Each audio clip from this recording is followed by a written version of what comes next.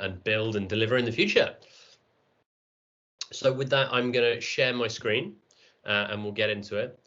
Before I do so, we've posted the link to the Miro board and our community. So again, if you've just joined, please do click on those links. And one is the opportunity for us to do activities together, because that's far more enjoyable than just listening to myself or my colleagues just drone on. And the other side is our peer-to-peer kind of community and kind of closed network. And we also have alumni, people from previous years of the program in there as well. So really awesome opportunity for you to build your network. Cool. So make that full screen. Am I sharing the right screen?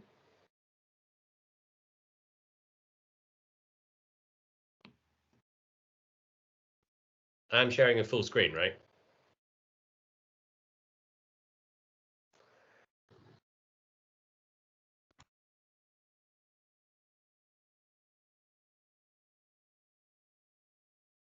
Yeah, you're sharing screen at the moment. It's just on the Teams chat. Okay. There we go. Perfect. Awesome. So, as I said, session 1, all about problem identification. So again, everything here, we're designing programs, businesses, social enterprises designed to have an impact on London. We have our kind of key criteria on the website. Please do kind of look at that for when it comes to applying for the program and for the award itself. But for now, these sessions are totally open to absolutely anybody who wants to really take their skills to the next level. The format for the next few weeks. This is our last session on problem identification. Next week, we'll be delivering sessions on customer development. How do you actually understand the problem you're solving, who the customer is, how do you get to them, and really, how do you solve their needs? Personally, one of my favorite sessions, because if you do not understand your customer, then how can you build an amazing business? And then, speaking of building an amazing business, number 3 kind of does really the framework of what does the business model look like. We have the most amazing tool to do that in the most engaging, simple, easy way possible. And then link to that value proposition, like what is the value you're delivering to your customer? How do you articulate that? And then moving forwards, we have our MVP, our minimum viable product session. How do you actually create something using as little and as few resources as possible? Right? How do you prove to your customers that your product or service is worth paying for? And then we have our application deadline for the competition, I believe in March. Done, if you want to actually maybe post when the deadline is as a reminder, that'd be great. And then we'll have a pitching session for everyone who applies and gets through to the semi-finals. So that's a really awesome opportunity to understand how do you actually really pitch and convey your idea, your business, and persuade people that it's truly awesome.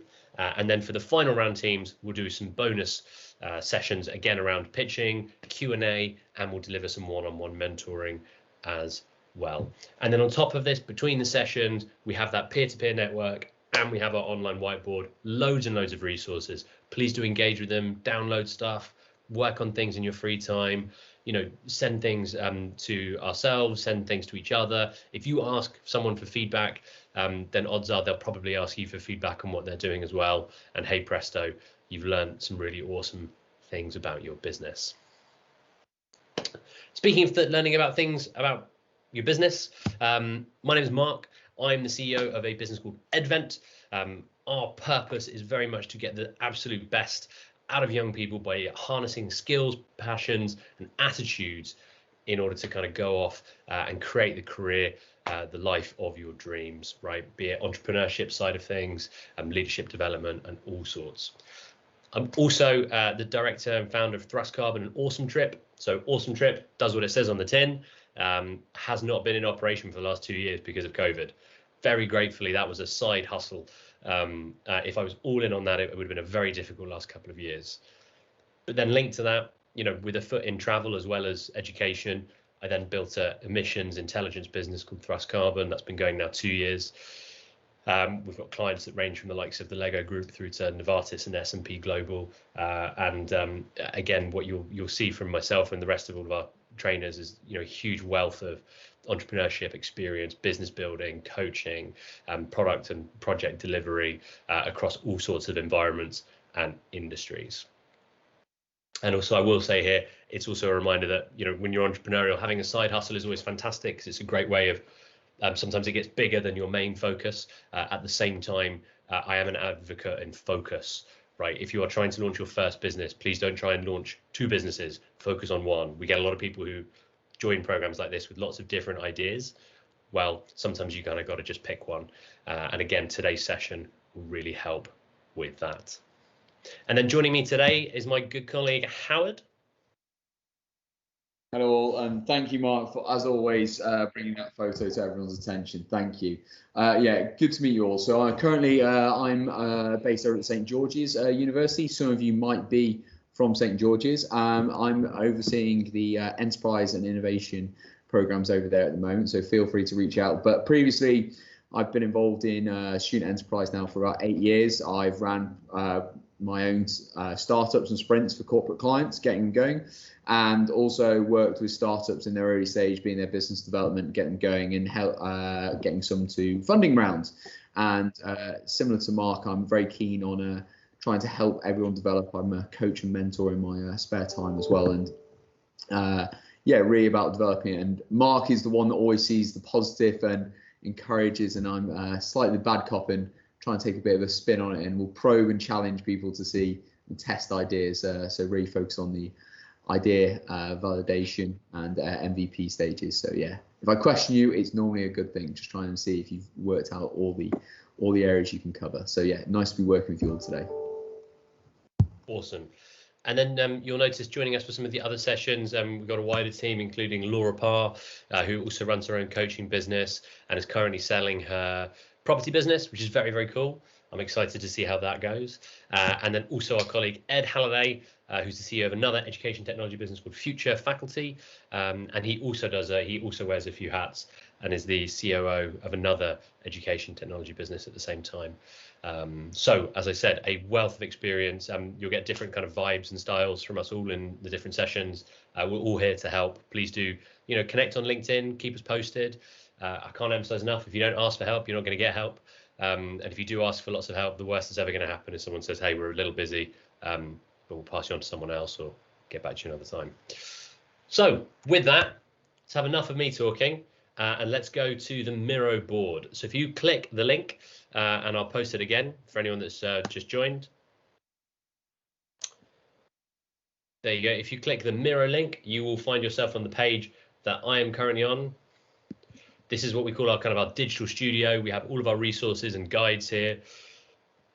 So there's a little bit of an introduction. We also have the workshop agenda and dates. We'll update these. We've just updated all the dates of the workshop, so I'm going to update this later on. And then each week, you'll see here we have lots of bits and bobs kind of already designed and ready to go. But what we're going to do to kick off is this first activity, which is really like, why are you here? And an opportunity to kind of hear what you're thinking and what you'd like to learn and so forth.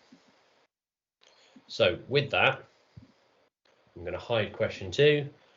And if anyone's struggling with Miro, I'm also going to send you this direct board link. So if you imagine it's just like coming off one document into another. So you can either click the direct link I've sent or click on the main board itself. Wherever you see a Miro logo is a sign that it's going to a new page. So up in that little corner there. Up there. Cool. So this is also an opportunity to get used to using Miro, depending what kind of PC or tablet you're using. If you kind of double click on it, you should see on the left side of my screen, you can see a little menu bar. If you tap sticky notes, you can choose your favorite color. I'm going to take a nice blue, and then you can write on here anything you like at all. I really like learning. There you go. And you can make it as big and as small as you like. So answer the question, why are you here today? What's brought you here? What might you like to learn, get out of the program? You've completed Netflix, whatever the reason.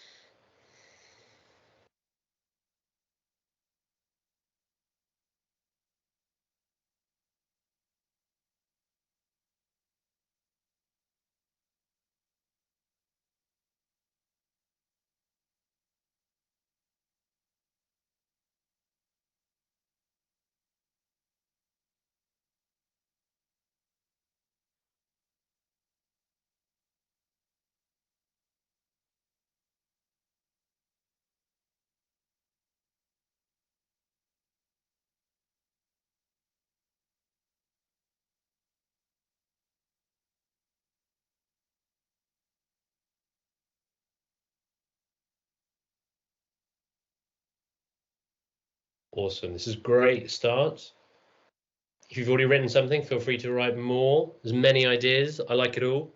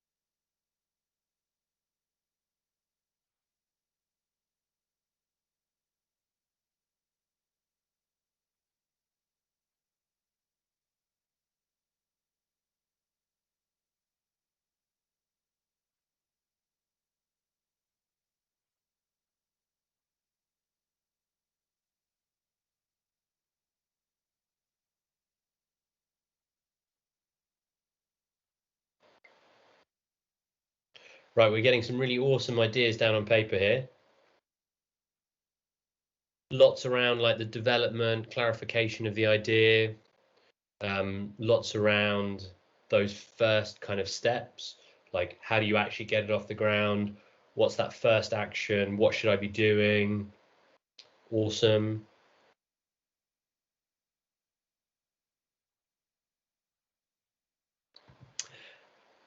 As a cheeky little book recommendation, actually, I'm a really big fan of Peter Thiel's 0 to 1. So that's literally how do you go from absolutely nothing to, a whole, a business. And it is definitely, I think, the hardest part, like just getting going and creating something, especially when it's your first time. So that's a really great book. I'd encourage you reading. No, I might just type that in. That Peter Thiel. Yeah. I mean, I feel like that book is really amazing, but also I feel like it could have like hidden, terrifying libertarian views that are not obvious, but also amazing. But like, Peter Thiel is a mixed bag. he's a But the book is fantastic. I listened to the entire thing on an audiobook on an airplane one time, and then I got to Las Vegas, and I've never been the same. That's hilarious. Good use of a flight to Las Vegas, though. I know. Better than I always go with bad action films. I don't know why. There's something about being on a plane. I just want to disengage, and I watch terrible films. Terrible films. The next 11-hour flight, Peter Thiel. It's the only place with Peter Thiel. Awesome. And then we've got lots around here around meeting like-minded people, networking, getting feedback, that kind of thing. I can't emphasize enough that really starts with you guys, right? You set the bar, how high is up? Like if you want feedback on your idea, if you want to develop your network, you got to start adding people on LinkedIn, right? And I kid you not, when I'm doing sales, when I'm in calls where there's a ton of like prospects and interesting people, I literally open up the list of who's attending, I screenshot that, and I add every single one of them on LinkedIn, right? Like that's how people operate in sales. That's how you do kind of that early network building. Obviously, we have more structure in terms of the Mighty network, but as entrepreneurs, proactivity. So yeah, this is really awesome. Really, really awesome. Is there anything burning on here that anyone might want to elaborate on?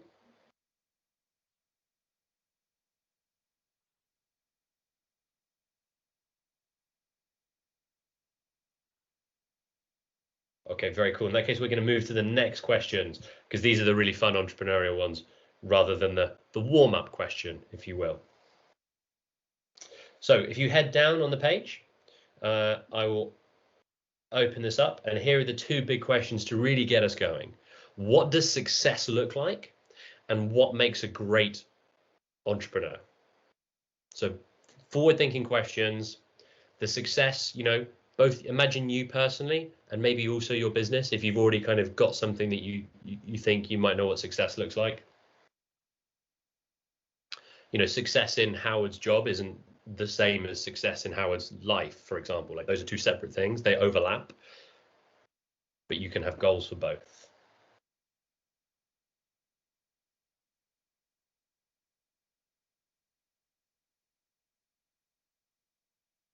Well, Howard, that was a golden opportunity for you to say St. George's for life, and there is no other life.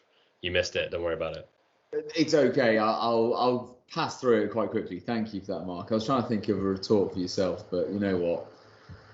We're in company, so I'll Howard and I have known each other and worked together on far too many projects.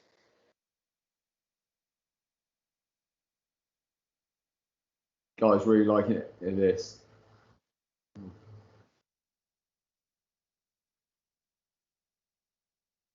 Love every time we do this. There's some always trends, but every now and then there's a few different words that crop up which you don't normally see, and it's different. Everyone's idea is always different, which is great to see.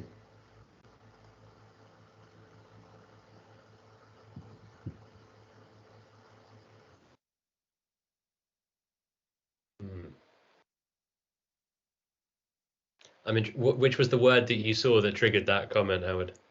Foresight. Yeah. We've had it before.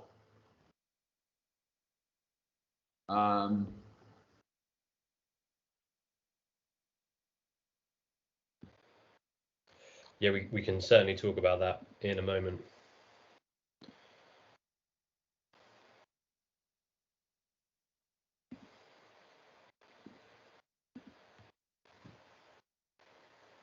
If any of you are just reading everyone else's comments and not writing your own, you are able to put emojis on them to give people a little, thumbs up or an applaud or whatever you might fancy.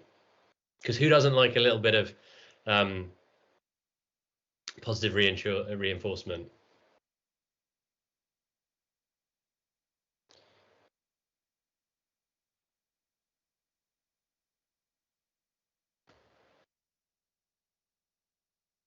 Oh.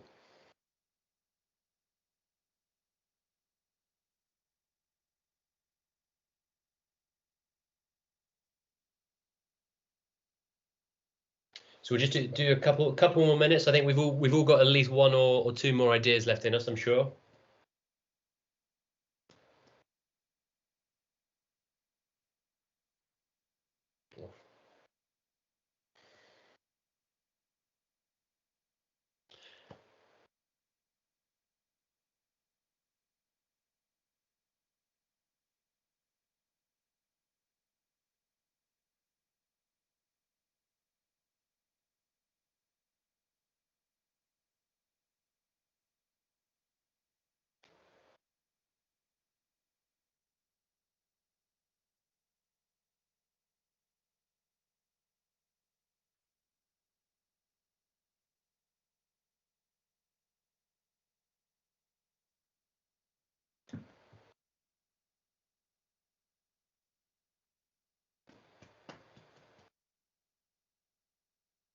Awesome.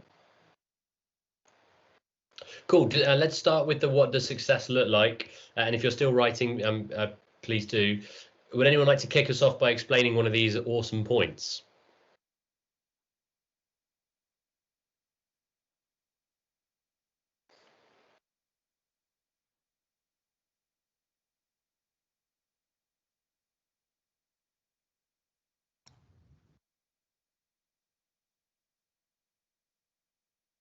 Okay, throwing a little one in there.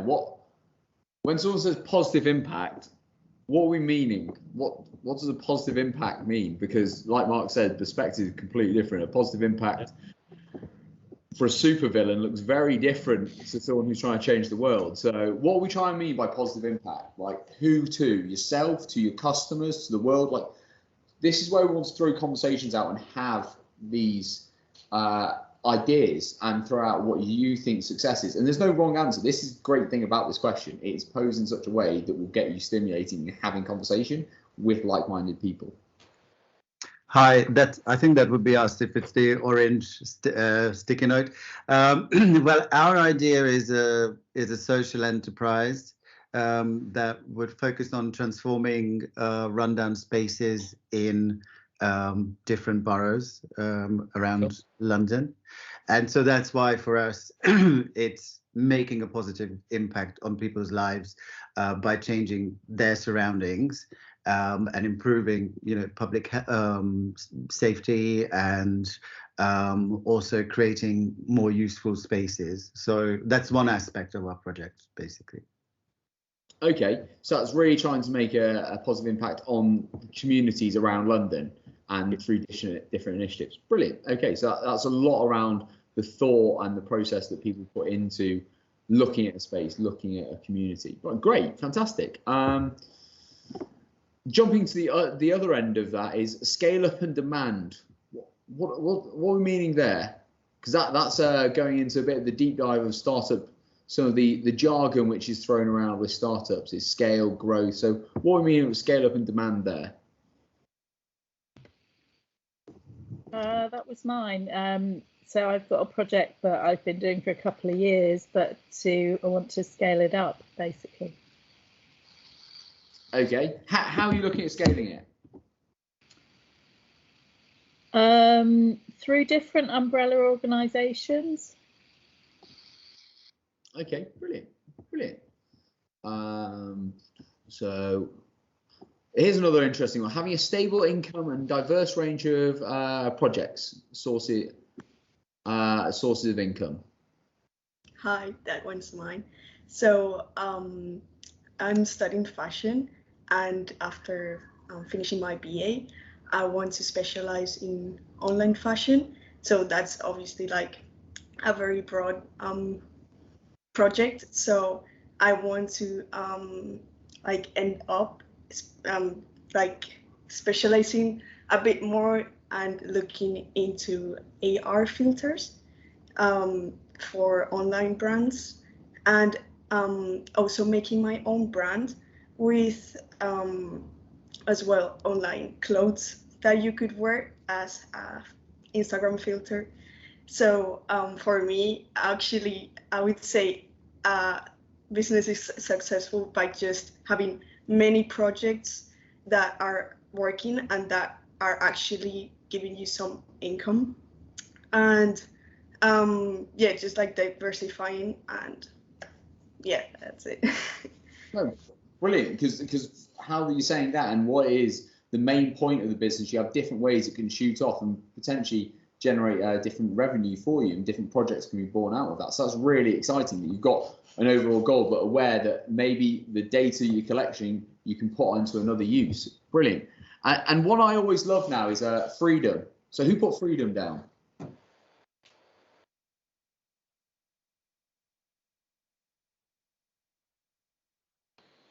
That was me. Brilliant. Do you want to jump in on and explain freedom? Yeah, basically. So I took this question to mean as more in terms of like personal success rather than business success, but I think it applies to both. The personal success, like, waking up whenever you want to, and having the freedom, like not having anyone to tell you what to do and when to do it and how to do it, basically. And in business sense, is sort of like not being reliant on others. So, like, for example, if you have a business that is reliant on SEO on Google, like they can change something and make you disappear overnight. And yeah, that's kind of like what I meant. I love that point. So many people think running a business is the riskiest thing you can do in the world. And from my perspective, it's like, well, I can't imagine anything riskier than committing to working for a company for years and years, and then the threat of suddenly being laid off because guess what? COVID comes along, which no one saw coming apart from Bill Gates, and people losing their jobs. Trip Actions, who are a business that have got an awesome reputation. They laid off 600 staff over a Zoom call about a month into the pandemic. Several other big companies did that as well. Imagine that, just turning up to work one morning, getting a Zoom call and being told, sorry, done. Crazy. Cool. Some other ones on here I really like, actually. Success is presence. Who ran that one? That was me. What do you mean by that? So basically, my project is it's kind of about my project, but it's very personal, and it has to do with my research. So I am a neuroscience PhD student at UCL Institute of Neurology, and I'm developing a medical device using embodied mixed reality that is a treatment for chronic conditions such as chronic pain and mental health conditions. So it's kind of like sensory environmental brain-computer interface. And what that's doing is like to bring presence. So like a kind of like switching between sensory perceptions, multisensory experiences to kind of like allow a person to be like more in control of their emotional, cognitive, physiological states to then like be in a state to make a decision that they want to do, because everything is complicated, but like at the end of the day, that is like, I think to me, a definition of health, or at least one view of that. So that's why that's success to me. That is very, very cool. And something from the other perspective, and I guess what would be one of the ideal outcomes of your business, you know, if when it will be successful, is that by being present, right, you just unlock so many more opportunities when running a business. You spot problems faster, you know, you look after your team better, you don't, you know, snap and get angry with someone because they've delivered something 10 minutes late, for example. Like, you're just better at dealing with the pressure. And presence from the other side as well, right? You know, I've been in the entrepreneurship, startup, and also student entrepreneurship world for like 15 years. By virtue of just being there for 15 years, like my reputation, my network, everything is significantly higher than it was at the start. And a lot of that just comes from just turning up, right? Irrespective of the quality that you bring, you get points for just turning up, right? Because so many people start things and they go, oh my God, I don't know how to run my business. Like, maybe running a business isn't for me. Like, valid question. But if you have only been doing it for 2 months, I really don't care what your answer is. You've done it for 2 months, work longer, right? Give it a longer go, try more things, be present, keep going, keep learning, and we'll see, right? Like, in 10 years' time, I'll still be questioning myself. God, am I any good at doing this, right? But be patient, be present, and rewards will come to you. Awesome stuff. Let's move on to the other side. What makes a great entrepreneur? What have we got on here? Who wants to jump in?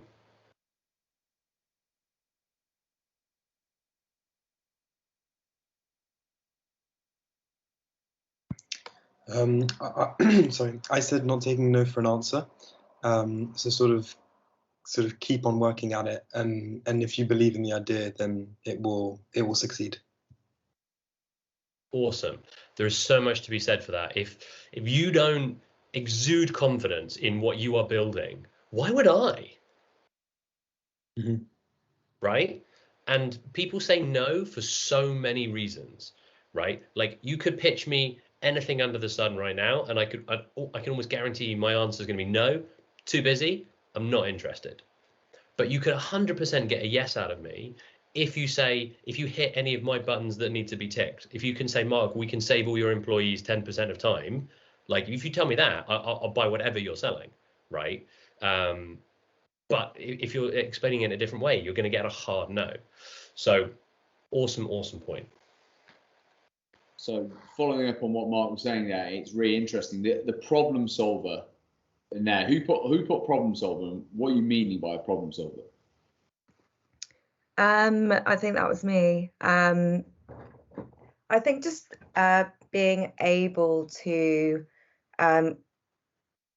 adapt, I think, is what I meant by that. And not being, I mean, being a problem solver doesn't mean that you have all the answers necessarily, but being able to, whether it's like bringing the right, it kind of like links into like resourcefulness, I see on the as well. And absolutely is all those definitely come underneath problem solver, and how you adapt to a situation, and it's how you frame. If some people say a problem, like Mark was saying, and then going back to the not taking no for an answer, is going, well, that no is in this context. Well, actually, if I see it from a different perspective, is actually they haven't seen the problem how I'm seeing it, and I'll adapt and I'll see it and approach it from another way. And I think that when you've got the adaptability and how you focus on that is really, really key. What we wanted to jump into was who put foresight out there? Hi everyone. It was me. I put that.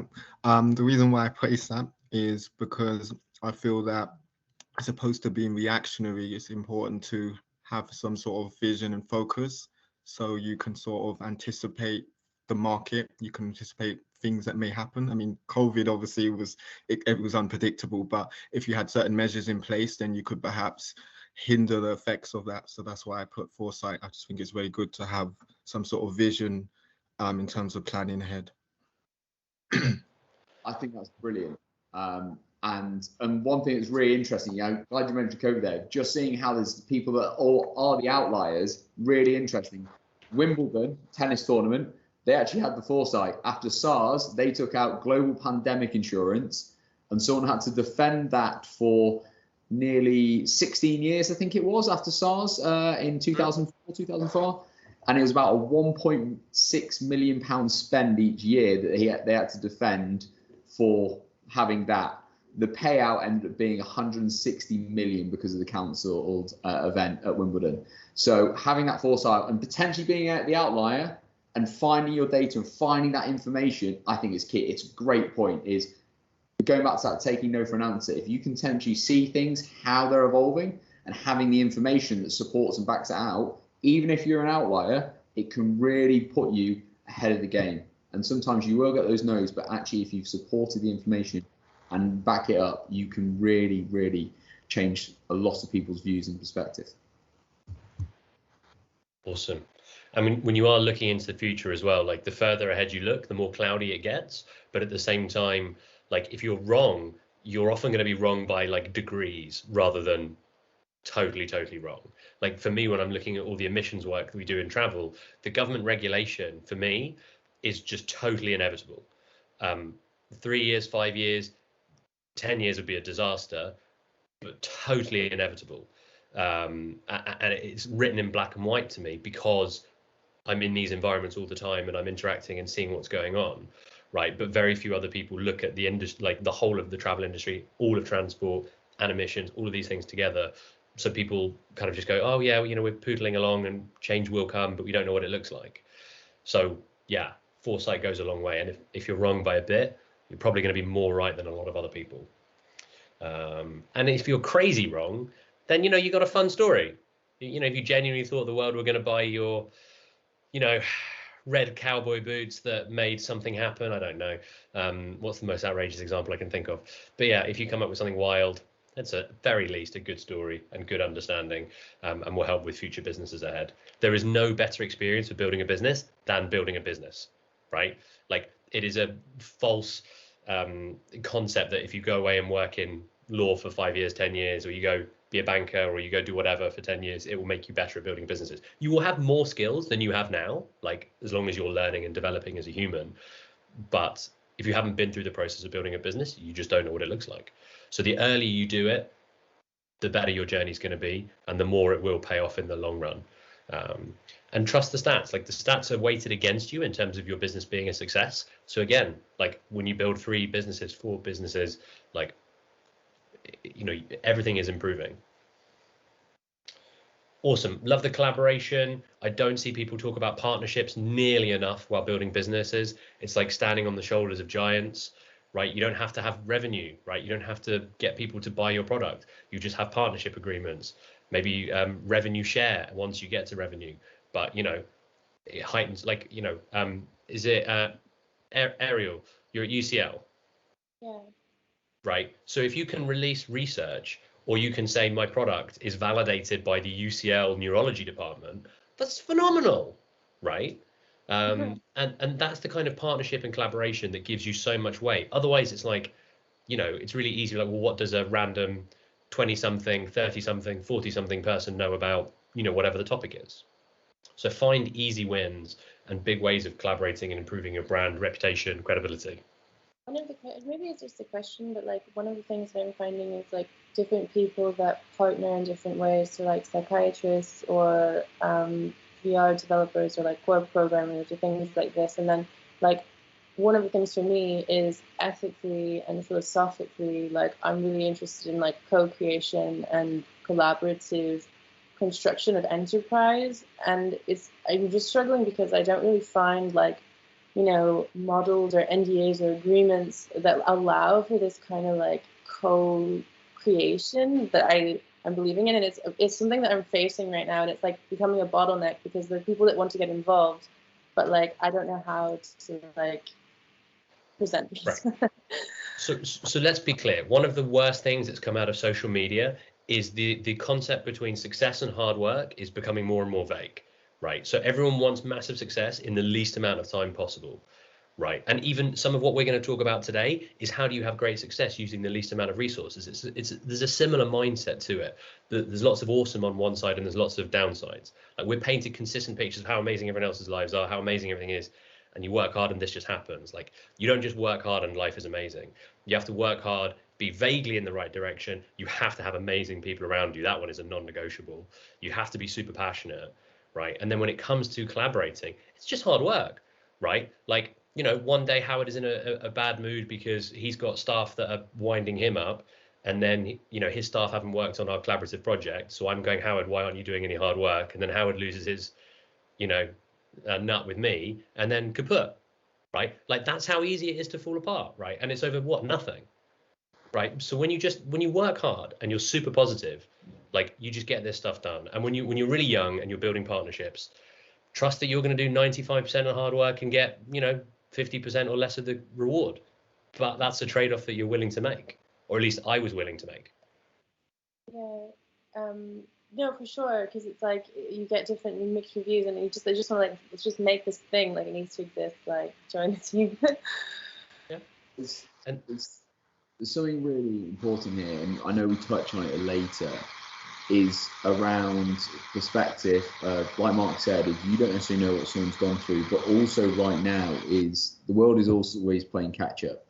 You don't know what their history has been to get there. You don't know their culture, you don't know their perspective, and finding out as much information as you can do is key. But something that is also just important is being open and having conversations and knowing where your limit is of where conversations can be. And if it is an open conversation that is very exploratory and that you're not discussing anything that needs to go in an NDA, because it's hilarious. We're saying about this success and reach. The people that are most successful are the people who talk. And they bring people in, they get into ecosystems, environments where people have open, transparent conversations.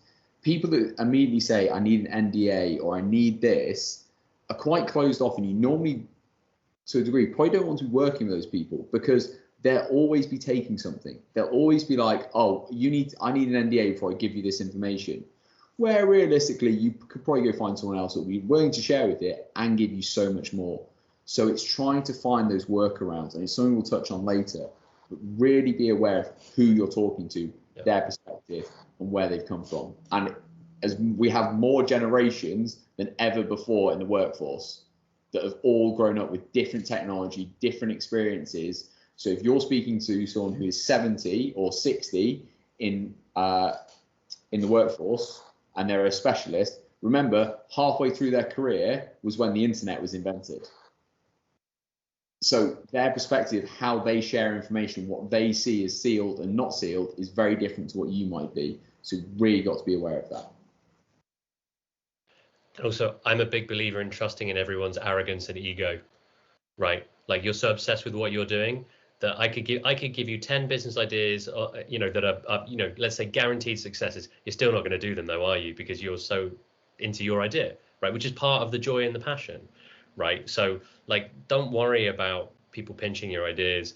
And also anyone can, an idea, you can't really own an idea. It then comes down to executing, delivering and making things happen. And like when you actually start building like an MVP and like shippable things, and that's still in that open phase, because that's kind of like the point that I'm at. We're making this thing, and like you know what I mean? And it's sort of, this is the area where I sort of feel like, wow, I don't really have this like business experience to know how to navigate those waters. So I'm conscious of time and just getting on with the session. Why don't you reach out to us afterwards with some questions? But the most obvious answer that I can give you, and indeed to everyone, right, is you've just got to have mentors, right? You've got to find people who can give you advice, who've been through the journey, right? And I literally mean match like for like. If you're thinking you are going to go, so we had the community regenerative project earlier, right? If you're going to go and turn abandoned spaces or whatever into something, go find someone who works in property, real estate, and development, right? Go find someone who, is a property manager at, a WeWork or one of the other co-workings, whatever. Like, go find people who've done this stuff. Find someone that is a marketing expert, someone that has done sales, someone that has done whatever, and then equally, like, find business partners that complement you. Right, like for me, I'm the sales guy. I've got great experience in enterprise product delivery and whatever. Like, but I can't build you an amazing tech product, right? Like I build scrappy, dirty stuff. I can do MVPs, but I cannot give you a beautiful, well-designed product that I can then go and sell for $100,000. Like, I can't do that. So I need that as a balance. And you should all accept what your limits are, right? Like, I could teach myself to code, but like, that time investment versus other things I can be doing in my life doesn't make sense for me. If I was 21 now or 20 in university, I would 100% be teaching myself to code, right? But anyway, so with that, let's crack on a little bit. So I'm still sharing my screen. I'm going to go back to the slides. There's Ed's lovely face, and I'm going to pass you over to Howard.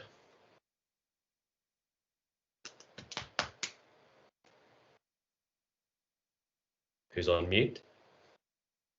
I am. Oh God, I just did a you. So, playing of what makes a great business idea. Now, this is always quite an interesting point. I'm very keen to hear what you guys think make a great business idea. So please throw out ideas, come on chat, and just see what you see as making a great business idea. A gap in the market. Gap in the market. Okay. Anyone else? Right. This is just quite fast fire. We won't dive into it. Testing a hypothesis. Okay. Something that solves a problem for people. Sorry? Something that solves a problem for people. Okay. Solves a problem for people. Anything else? Problem solution. New perspective. Okay. Brilliant. Right. So what's getting really key here and what is coming more and more clear is looking at a problem. Now, a problem, when you look at it, and most businesses fail, a lot of people think, oh, it's money or it's like that. It's actually understanding a problem. And it is so vital that you do that for any business. A good business is based around a problem. Now, jumping into what Albert Einstein says, and Mark loves this quote, and I have come around to it, and it's great. If you have an hour to solve a problem, I would spend 55 minutes thinking about the problem, 5 minutes thinking about solutions. Now, why do you think that is so important?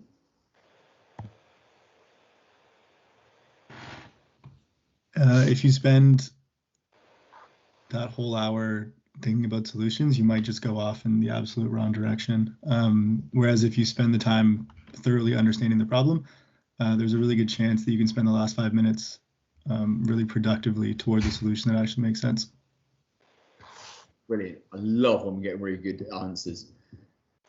What is so important is that you've got to understand what the problem is you're trying to solve and what the different elements are. So often, and so many businesses that I know I've worked with and Mark has, people have set off down a track and you try and give them a new idea that is of the problem of your perspective. No, that can't be it. That is not the case. I've got the solution. I've thought about it. But actually, they haven't thought about it, the problem from a different perspective, another person's perspective. And that is why a deep understanding of the problem is vital for making an idea understand. Sorry, let's see. So, yes, exactly, is understanding all the variations and stakeholders involved in that problem. Everyone has different perspectives of a certain situation. You watch the news, it could be very different to everyone. Just think about all these everyday experiences that you have and how everyone interacts with it. For example, Mark's nearly a foot taller than me, but how he sees the world is very different to how I see it, and how we deal and interact with it. It's things so basic that actually comes into business perspective. And that is why you need to spend more time on the problem and start having conversations. Is something I'm a big believer of, is having conversations early on and asking questions. And when we say questions and conversations, we don't just mean to your best friends and your mum and your dad and your family, because as much as you're honest, I'm one of the most honest people, but as my best friend comes, there'll be a point where I fold and go, great idea, you carry on. Can we go back to this round of golf now? Like, we'll leave. So starting to think about it and how different people come. And that's why you've got to start looking at divergent thinking. You'll also find that a really well articulated problem actually spells out the solution, right? So to give you an example, when I look at education and the work that we do with Edvent, one of the stats that I keep coming back to is it costs £7,500 for a graduate recruiter to find, you know, a graduate such as yourselves to join their business. And yet 50% of graduate recruiters think you guys aren't qualified enough to come and work for them. Sorry. It's another 50% that will leave within that first year or two as well. So the hiring process is clearly not working. So the solution is a better hiring process, for example. Going even more specific, let's say you want to go build something like a really cool portable, you know, laptop stand for the remote digital workers or whatever, and you care about the ergonomics and so forth. Great. Sounds like a cool product. There's almost certainly a great business there. But what problem are you actually solving? Because if you want the difference between someone who's purchasing it and working on a desk at home and who's looking at it for ergonomic reasons is very different to someone who wants it to be super well designed, aesthetically pleasing, and ultra portable for the remote work, right? Or you're looking at it from, let's say you're trying to help people who have chronic back pain. Well, if that's the case, you know, is the solution a nice stand for my laptop, or is it actually for me to stand up or to get a cushion, right? Or to wear different shoes or to exercise more? So you see how suddenly you have all of these competitors also appearing out of nowhere, because, you know, you're competing against where I'm buying my shoes, where I'm the desk I have, my chair, my cushion, all this kind of stuff, right? So a really well articulated problem can really spell out the solution. And then to give you another example with my business Thrust Carbon, again, it's a case of, at the moment, you know, global enterprises have no means of simply and affordably just tracking the emissions of their travel. So what do you need to do? You need to build a simple and affordable tracking mechanism and calculation mechanism for emissions. So we literally built a calculator. There's nothing sexy or glamorous about building a calculator, and yet that's where the majority of our revenues come from, right? Because we were problem obsessed. And no, it wasn't our first product as a business either. So how do you get there? How do you really figure this stuff out? Divergent thinking. So, Dan, do you want to start getting ready with the groups, although we won't move them yet? Yes, we have 6 groups, and then the 7th group will be the ones that are unassigned. Awesome. So basically, if you end up in a room with myself and Howard and Dan, then go to group 7 over here, and everyone else go to the group number that corresponds with your team's group. So we have a quick activity here. We're just going to spend like 2 minutes doing it, probably, you know, a good minute or so moving between rooms. I'm going to give you a quick question, and I just want quantity of answers, as simple as that. And we're going to give this a go and see what happens.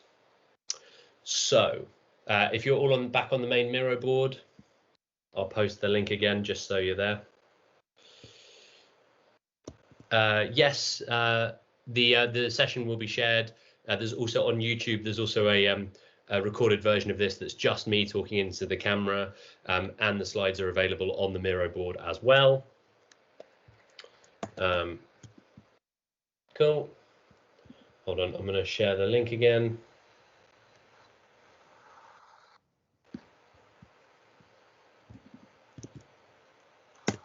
There we go. So if you jump into the Miro board, and then you'll be able to go to whichever group corresponds with the group you're in. And so the question is, what can you make out of a leather belt?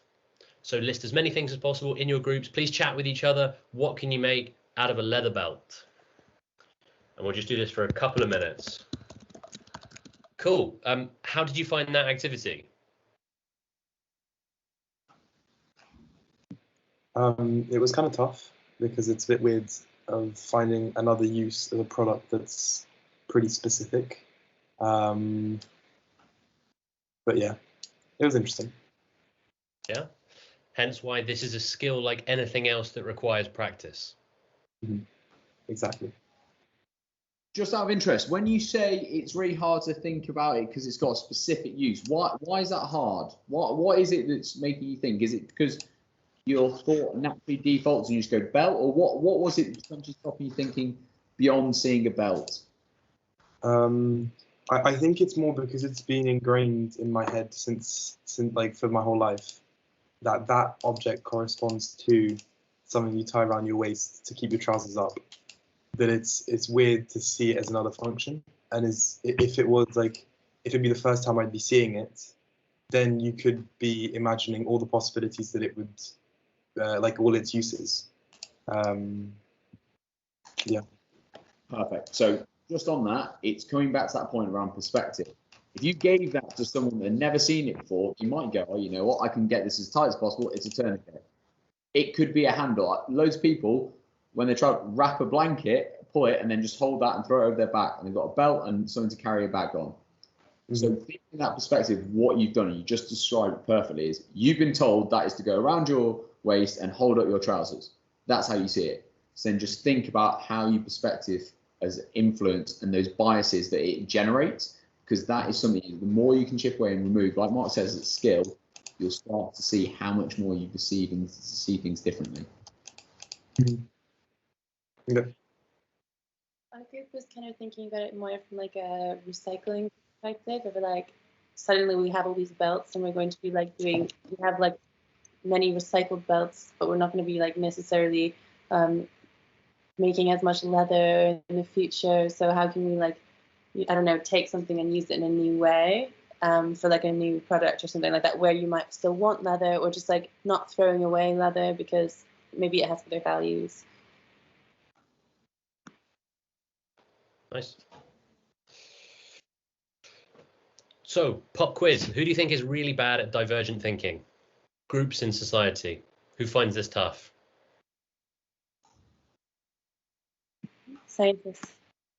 Scientists? Yeah, very structured and see things perhaps as they have to be. Interesting. Old people, that sounds like a throwaway comment, but in all honesty, the older you get, the worse you get at divergent thinking. Anyone want to guess why?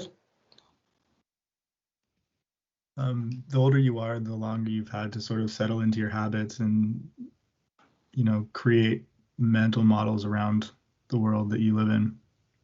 Absolutely. And the very worst group of people for this activity? CEOs. And that should come as a bit of a concern, because if you guys are going to be running your own businesses, a lot of you are going to end up as CEOs. So why are CEOs so bad at this? Because they're consistently judged on every single decision they make and the impact that comes against it. So the idea of sharing new, exciting, innovative, disruptive things is really daunting, right? Which is why, by and large, most big companies are so bad at innovating. They have to buy innovation, or they create giant innovation teams and they throw lots of money at it with various levels of success. And if you Google the life cycle of a business, it's very predictable. Just like the life cycle of a human being, we just go through phases, but the companies that do the best kind of repeat during their peak phases and kind of just keep going through the circle here rather than the full cycle. People that are really good at this, secretaries, PAs, able to just handle lots and lots of information, no judgment, deliver, ideate, create. And likewise, kids. Kids are great at this. So all of us, literally getting worse at this activity. You need to practice this so you can remove that ego or that idea that the first idea you come up with is going to be the best thing you're ever going to work on, right? When you look at problems and then start creating solutions, Like, if you can't come up with 10 different solutions to whatever problem you're looking at, then you have a narrow spectrum and you are not going to see any of your competition coming, and you're going to struggle. Right? That is like the blockbuster mindset. We own video, right? Netflix did not have a problem with Blockbuster owning video. Netflix have never owned video. They never will own video, but they annihilated Blockbuster because they went and innovated and did something completely brand new, to the point whereby video became completely irrelevant. And guys, just to re-emphasize that point, is something that's really important is Blockbuster had an online portal. They were going to go ahead with it, and then personal vendettas and everything made them stop and not pull the trigger. And they just went, we're too good, we can't fail, we're going to carry on. When other people within the organization had gone, you know what, you need to do this, this is what you need to look at, and it was top people that blocked it.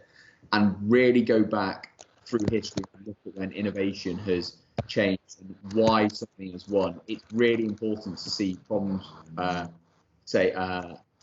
problem framings work, and sometimes an inferior product has beaten a better product purely because they've understood ease of access to market, people understand it, cost, it's at the right time.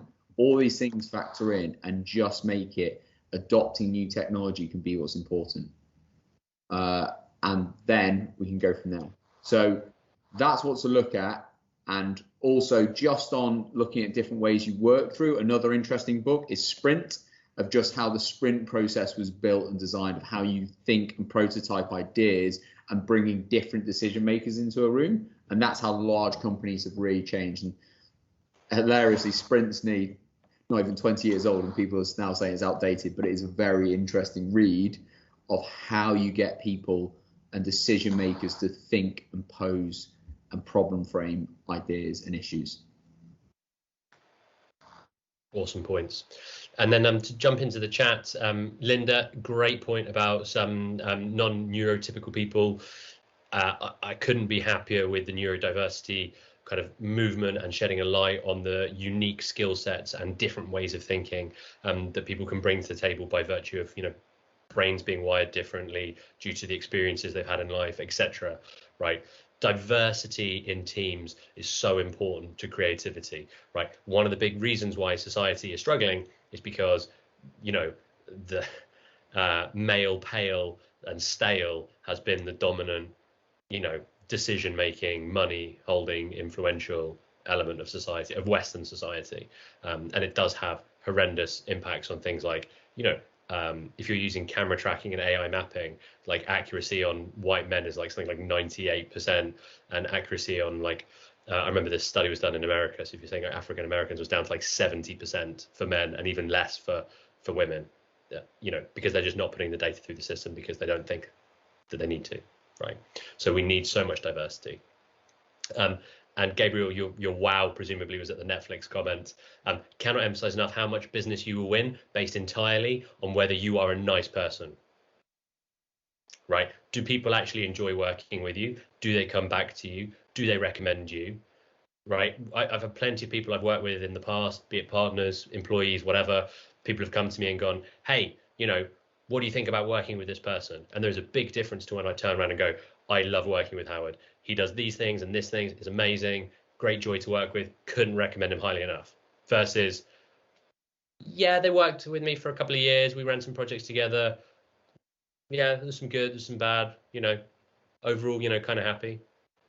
Wow, whatever. Not going to work with that person. And fun fact, for those of you who don't realize, all of your first customers already.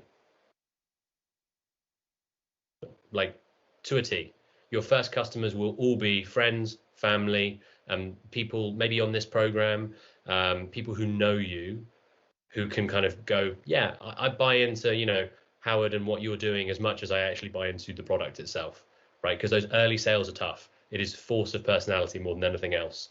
But then even then later on in your career, if you have grudges and things don't happen, then things don't happen.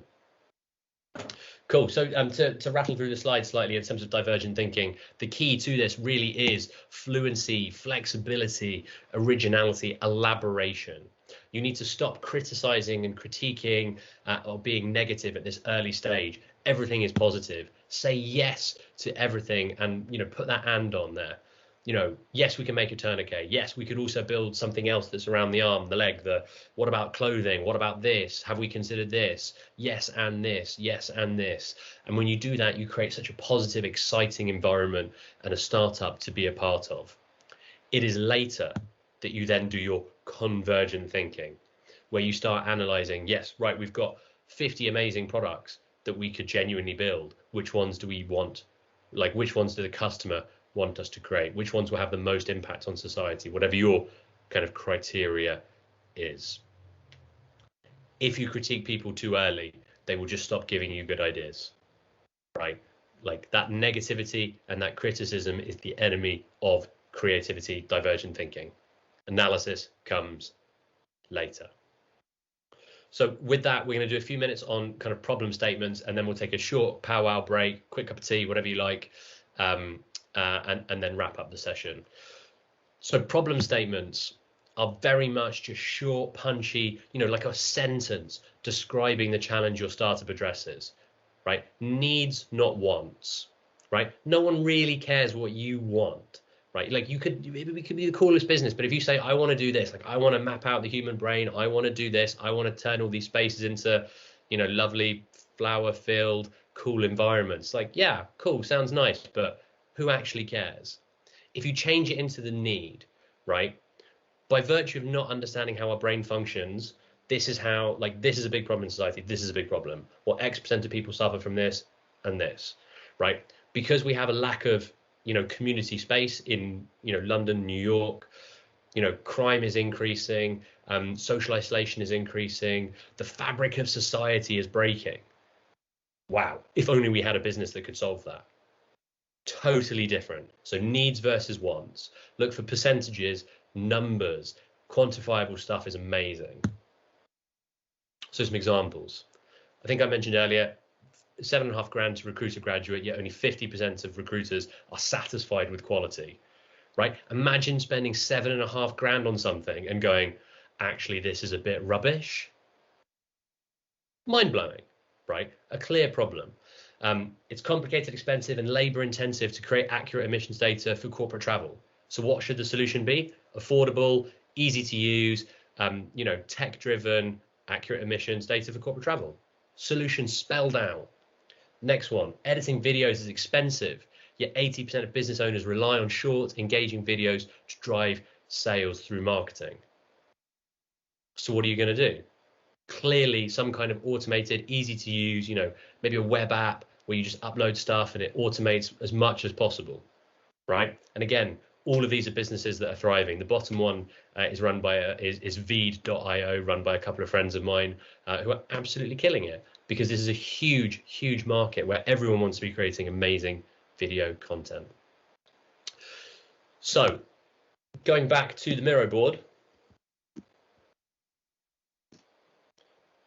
when you go down to what problems are you solving for your customer, we're going to come back to this in some of the other workshops as well. If you pick a board, it doesn't matter what, we just have different boards to spread it out so not everyone's in one place.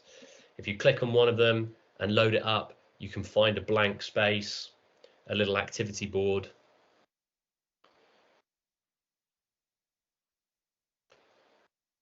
God, the anticipation is killing me while my internet loads.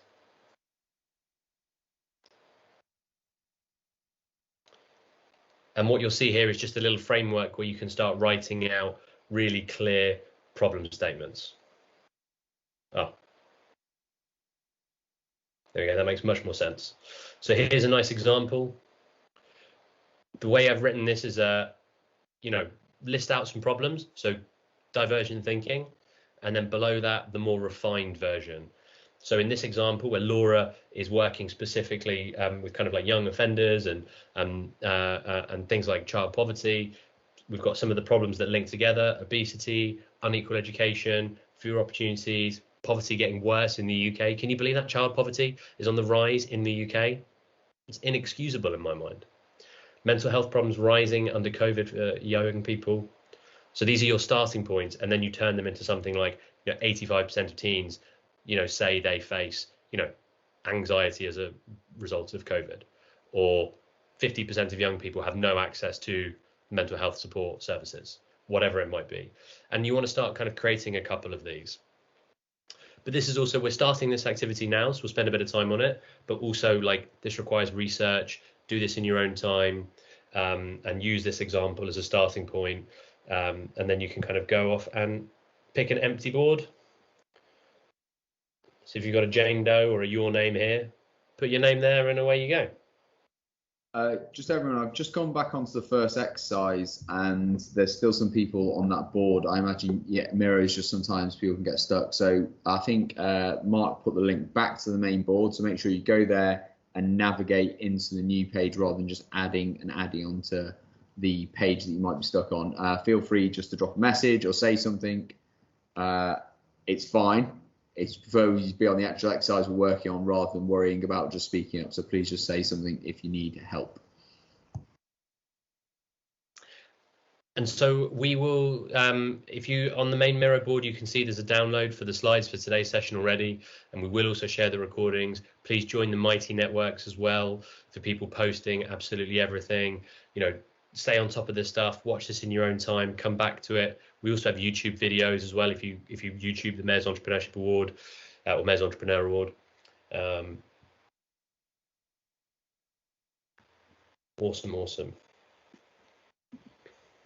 So what we'll do is if you take a bit of time to start this activity, and we'll also take a little break as well. So if you want to go make a cup of tea, quick snack, whatever it might be, we'll do this until about 5:35, and then we'll move to the next activity. So you got about 15 minutes to start this activity and to go make a cup of tea in whichever order you might like.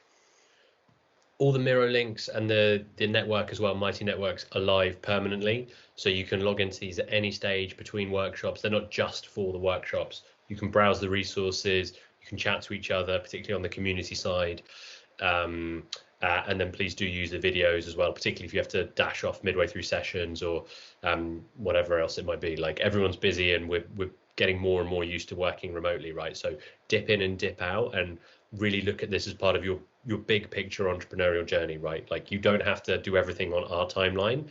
Our timeline is only helpful for you kind of submitting for the award. Like, it's still helpful going through this process, even if you launch a business next year, in 3 years time, whatever it might be. Cool. Let's hit up the lean startup. Although there is a really good quote here, just to preface before we go to the lean startup. If you do what you've always done, you'll get what you've always gotten, right? I'm a big fan of this quote because, again, it's reinforcing that if you want exponentially better results than you've ever had before, or you want to build a business when you've never built a business before, you have to be prepared to do things you have never done before. Like, challenge your mindset, be prepared to do something that sounds crazy terrifying, speaking to potential customers, doing your first sales pitch, designing your first MVP, whatever it might be. Embrace that. And that really does lead us in very neatly to the lean startup. Brilliant. Okay, so looking at the lean startup, first things first, has anyone heard of the lean startup?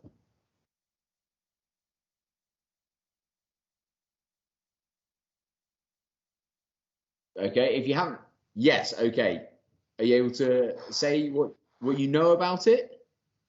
Yeah. So the lean startup is, well, my hair looks crazy. The lean startup is like a kind of view of saying, make the absolute simplest, quickest version of your idea and product with the fewest resources possible. The one you can make as soon as possible, and get that idea in front of people and people using it as soon as possible to find out if people actually want the thing you think they want, because it's all about like that interaction between like the idea you have and people, and if they want it at all, because maybe you'll find out that they don't want it. So you shouldn't spend like a year getting money to make this grand idea that turns out they don't actually want. They wanted something like kind of similar, but not that. Brilliant. Okay, has anyone got anything else to add onto that?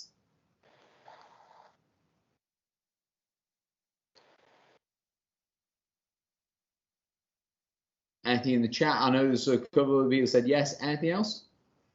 Getting feedback? Okay, brilliant. So exactly, it's exactly Aaron, what you said there. is it's trying to maximize your customer value while minimizing waste. And this really starts, heard of lean manufacturing? It's very similar. It's just in the context of a startup. It's trying to get an idea of your product or service at its basic form in front of people that could use it, and start getting that feedback of understanding of, should you build this product, or can we build this product, to should we? Is this something that people want? Should we be looking at doing this? Are people interested in doing this? And then building on there. So many people think their prototype needs to be really shiny to start with. Like, literally, I've seen people pitch with a coat hanger shaped into what they said, and they've gone, this is it, and it's a coat. It's the project is coat hanger prototype, and they've gone, does this is something you want to look at? And it starts getting people thinking about how they could interact with that product, and exactly like you said, seeing what customers want. And it's getting about rid of the waste and starting to understand your customers are going to be the ones using it. So speak to them, get feedback off them, get understanding how and what they want from it, and developing an MVP as soon as possible. And that then brings us onto the loop of how you start to go around this. So it's build it, measure it, and learn from it. Okay? So when we say build it, pretty obvious, build a basic prototype. Right?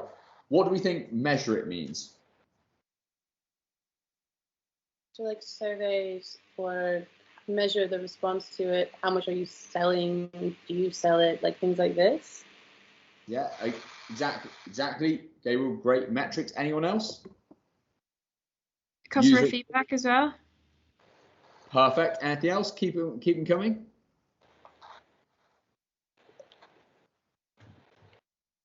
Okay, a great one is customer feedback. So you're trying to utilize your customer. When we say feedback, what are you wanting to hear from them? Are you wanting to hear yes, it's good, or? Well, yes, it's good would be great, but you also want to hear what could be done better, so then you can learn from it and adapt it. Perfect. Okay. So when you're speaking to customers, what do you want from them? Do you want to have simple closed questions, or open questions? Well, they give you feedback. Hearing no is sometimes the best thing you can hear, because you understand what you can do with it. How can you do objective feedback? Criticisms. So who said criticisms? Aidan said criticisms. Do you want to expand on that?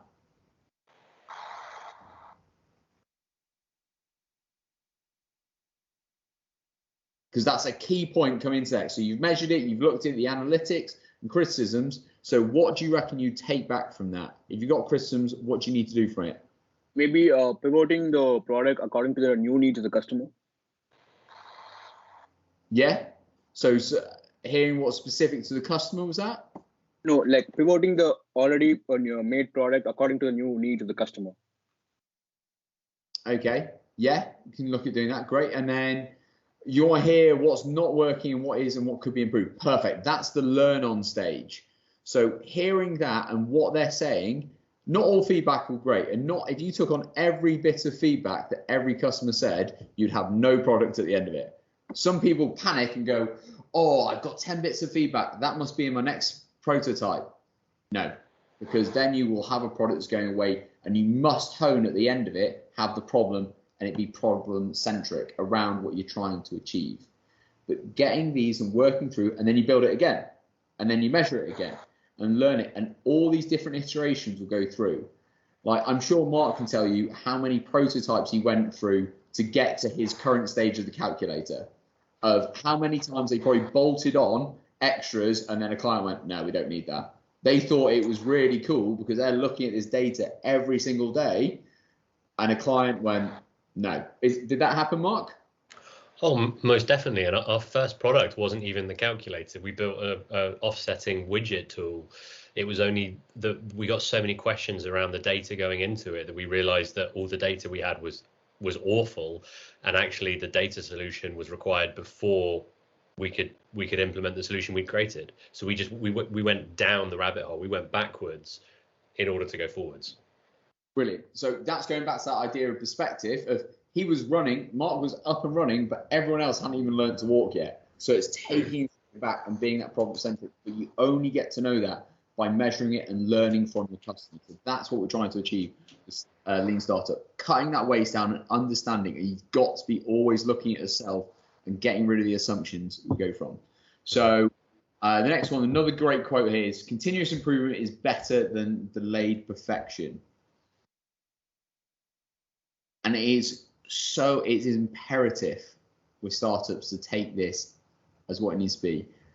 There is hardly a thing that is perfection in a startup, and there are companies that go on for 20 years stumbling, bumbling, making and changing until they find what they saw as the goal of their main aim of actually fully solving the problem. The technology is finally caught up where they want to be. Society's caught up. A really interesting one to look at is Shazam. Like, it is unbelievable to look back at when they started. That was 2002. They only did their sale, I think, to Apple in 2019. And then you see what they went through in that 17-year journey is mind-blowing. And it's just when things finally aligned. But they always reiterating, always finding different improvements, and then they got what they were looking for. So thinking about that in different ways is really important. Has anyone got any comments at this stage? Because the next thing is we're going to be asking someone for their hypothesis. So does anyone have any questions at the moment?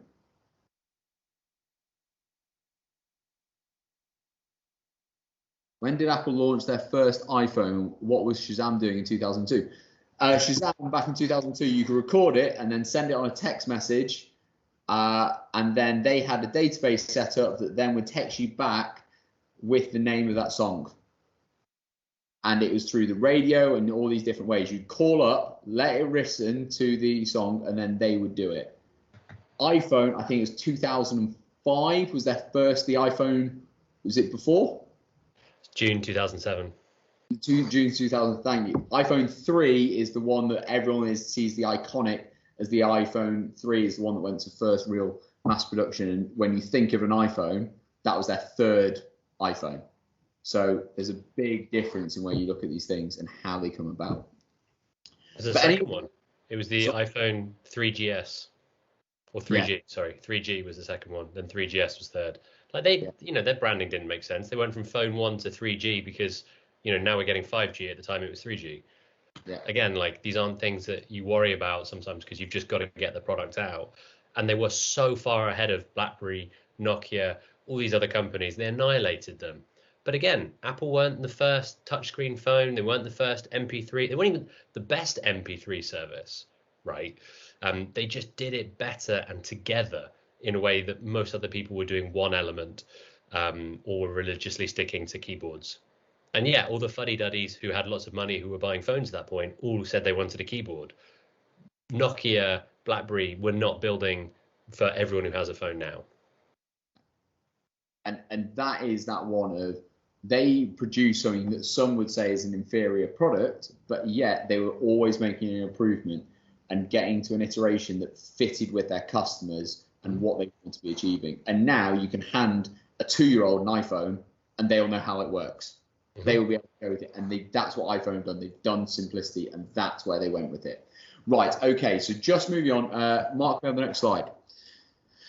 So what would be really good now, if someone would volunteer themselves and describe their hypothesis and what they're proposing, and then we can work through this. And you're going to get some free market testing, some customer, some feedback. So this is an opportunity. So who would like to jump in with this? Nicole? Very early stages, but my hypothesis is essentially an app geared towards people living in London, probably new to the city, who have friends maybe in a different part of the city. They want to meet up. They might, I'm going to use the example of going to the cinema, but they want to meet up and there's no cinema at the clear halfway point. So therefore, where do they go to the cinema? Friend A is happy to cycle up to 45 minutes. Friend B would rather take public transport, but overall doesn't want to travel for an hour. So how do they find out which cinema they should go to when sometimes halfway on the map isn't the clear space? So I've got the idea of an app. That's the problem. Shall I keep going or? No, that's good. Okay, so if you can sense it, just going back down, refine a bit, is what is the problem So the problem is that people in London, despite all of the people that are there, tend to be lonely. They might not know outside of their own area, new parts of the city, aren't overly familiar with how to connect all of the different transport options. Basically struggle to meet up with other people in London due to loneliness. That's a great starting point. So loneliness, new environment, and being connected. You've got three really solid pillars there. So you've started to describe the hypothesis, and then you've got to work it through and start seeing. So what the next stage is identifying assumptions here. Now, what do you think assumptions you're making there, Nicole? Assumptions about travel preference in the city, duration and mode of transport. Assumptions based on the types of activity that people want to do when they do meet up. Those are the main ones. Perfect. And where have those assumptions come from? My friends and my own experience of being in London. Brilliant. Okay, so we're starting to see, and this is for everyone now, is you come up with a hypothesis from your own experiences and those around you. And this is where you need to start understanding what those assumptions mean and how they impact on your idea and your hypothesis for your business, and how you view. Going back to that idea of how you problem frame, you need to be aware of how these assumptions will impact on it. Are you being clear? Are you saying true? Because when you said that, around that, describing your hypothesis, you had 3 clear columns, but you then felt you need to go on and delve in a bit more of like, oh, the trains and everything. But you're trying to look at connectivity, isolation and loneliness, and also transport. So you've got 3 areas there, but then the assumptions you start to layer on top of it, and you start to go, oh wait, it's this as well, it's this as well. And that's what you need to start doing around with the lean starter, is that you try and go, what is the most important one of that? When I'm communicating to people, what is the biggest area I need to identify? And trying to look at what assumptions you've made to see that is the most important part of your idea. Okay. I'd jump in. One of the assumptions that you're making, and most people will be making, is, is an app the right way of solving this? Right? Is your product and your service the best way to do that? That is an assumption you are all making. And when you start with the acknowledgement that that is an assumption, then it'll be easier to spot if, let's say there's a better solution that comes around. There's the next, there's a better way of connecting with people and doing this, right? Maybe it's a Google plugin rather than, a standalone app, whatever, right? So, perfect. Thank you, Mark. It leads us on to identifying the biggest risks. There's a reason identifying risk is after assumptions, because you've got to think and write down, and also this is really important, write down what your assumptions are, because then you can, they're staring back at you in the face, So many people will skirt around it. Is you don't want to look at that assumption you've made is, oh, this is that single track mind, and I've spent actually 30 minutes on the problem, 30 minutes on the solution. No, you've really got to look at the problem, the assumptions you've done to get to that point, because then you've got to start to identifying risks. What risk would stop you getting this to market? Are you a risk? How you're approaching it, is that a risk? Who's potentially your competitors? What is it that's impacting on your idea? So Nicole, what potentially is impacting on you right now? What are risks have you started to identify with your idea? So one of my main risks is I'm not the tech savvy person. I have done some investment in coding, but similar to what Mark said earlier, it's very time intensive, and I think I'd be far better collaborating with someone who has those skills. Brilliant. Exactly. That is something as well, looking at your actual skill set of what you bring to the company, because that is the first thing that people, when you're probing your business of what can you do, who are the team around you. I've had people pitch and go, I'm going to pitch a tech company, I'm going to build an app. Can you code? No. Are you going to bring anyone into the company? No, I'll get it sorted. Immediately, trust and faith is lost very quickly in that business, in that individual. It's literally the same as saying, hey, I'm going to make an amazing, cheese. Mark, what experience have you got making cheese? None whatsoever. Okay, zero confidence. Like, you need to find awesome tech talent, or you do need to teach yourself how to start building these things, even on a cheap, down and dirty basic level. And we will do that a lot in our MVP session. Yeah, you've got to acknowledge those risks. Yeah. So there's a lot of other elements that feed into that, but also I'm very aware of time and very much how we'll come in and feed on stuff. And also, like Mark touched on, there are different elements that will feed into this and come at a later date. Do you want to go on to the failure part, Mark, or do you want to, should we whiz through this? Yeah, well, I would just say in order to whiz through this, right, you just see how this goes all the way around. You plan a test, maybe it's a questionnaire, maybe it is just showing people your first prototype. I've shown people sketches of brands, of interviews, of what dashboards and actual technology would look like, and it still counts as a prototype. It's something that people can look at and give you, an assessment on, right? And they will give you very honest feedback, which you can therefore measure and learn from, right? I could have easily learned that we needed a calculator to create travel data or travel emissions data before building that widget, right? And I wouldn't have even had to build the widget. Gratefully, we built the widget in like half a day, but still, like, it shows you how quickly you can move around this when you're really, really focused. And again, you can download so many materials online. There's so many no-code options. So you shouldn't be daunted by this. Think of this as if once it's out of your head and it's on paper, then it's acknowledged and it's something that you can deal with. And linked to that, is failure fatal, right? Like, if you launch a business and it doesn't work, has anyone died? No. Don't worry about it. These things happen, right? 90% of businesses fail. That's a fact. The failure rates are horrendous. So if you want to get good at this, you've got to increase your failure rate. Double your failure rate to start even incrementally increasing your success rate. And it is as simple as that.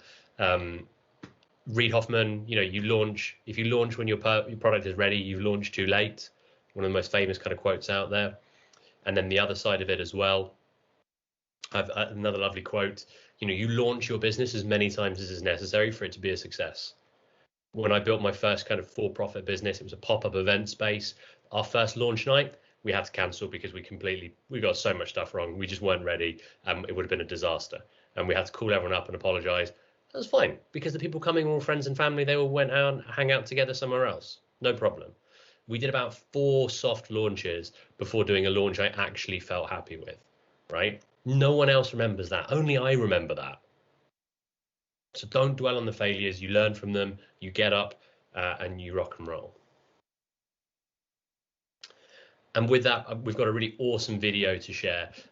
Obviously, videos do not work well over Teams and Zoom and so forth. So it's on the Miro Digital Studio board. If you go down here, you will see this lovely little link. If you click that, or if you just Google famous failures, this video is absolutely fantastic. It really puts into perspective the trials and tribulations of people who have been incredibly successful. Because yeah, social media can really make it look like things just happen and people are amazing. Like, you rarely see all the hard work that goes into the background, right? Like, you haven't seen people shouting at me for delivering a shoddy product, years and years ago, right? You haven't seen me dealing with clients where I've overpromised something and I just, despite best intention, we weren't able to deliver it in time. You haven't seen any of that stuff. You see all of the shine and the glitter, right? So it's a good video to watch. I hope you can really, really enjoy it after the session. And with that, that really is our session for the day. I hope your mindset has been challenged.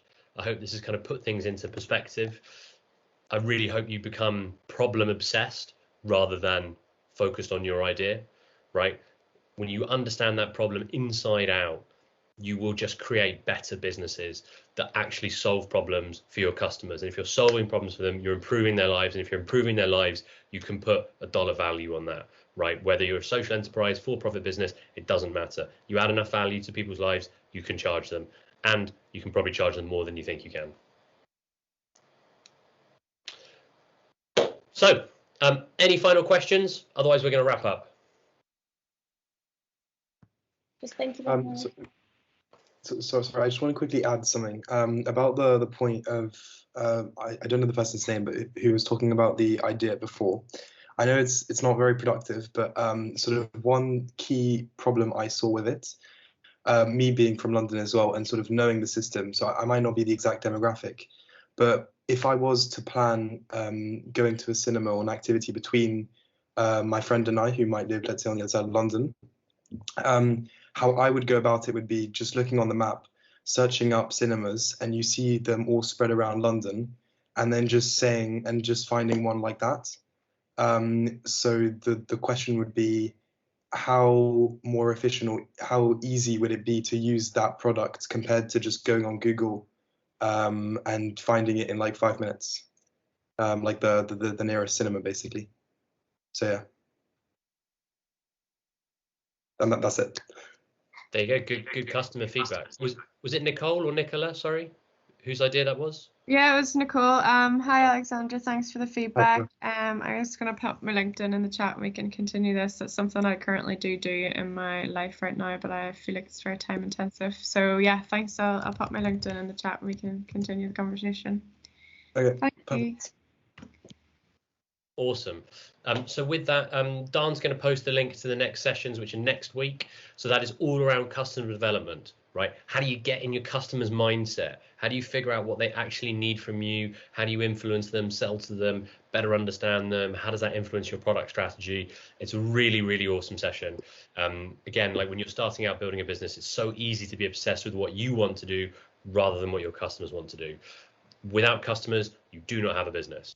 Right, you got to absolutely adore your customers. You got to empathize with them. You got to want to solve their problems, add value to them in every possible way. And then guess what? Whether it's a